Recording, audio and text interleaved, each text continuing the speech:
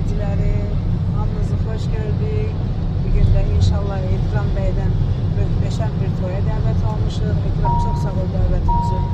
Çok güzel, möhteşem bir toyda Şəmkir elindəyik. Buradan Şəmkirləri də salamlayıram. Ekrem izleyicilerini de salamlayıram. İzlemede kalın. Çok sağ olun, çok sağ olun.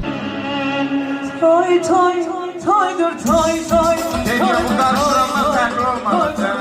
Hemen anlatırız toy toy. Toydur toy toy. Toydur toy toy. Toydur toydur elim anlatır. Bak bak bak. Süper. Süper. Sen bu seksiler. Rabbim sizleri korusun. Teşekkürler.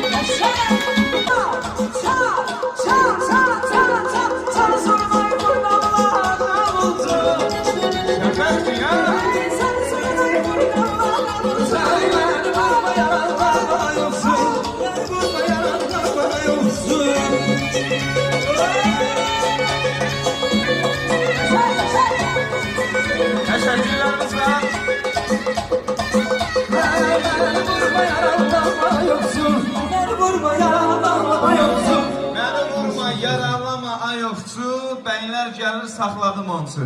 Ona görə bir mirzəyə gələcək, səciyyəvi və ənənəvi olaraq. İstəyərdim bir alqışlarla qarşılayaq. Allah sizin də balalara qismət eləsin, sizin də nəvələrə qismət eləsin. Mən də hamınızdan alqışlar alım. Gürültülü alqışlar. Əziz bəylər və xanımlar, sözümün canı var. Biri roman, biri də kuman. Etibarlar bir şey diyeceğim.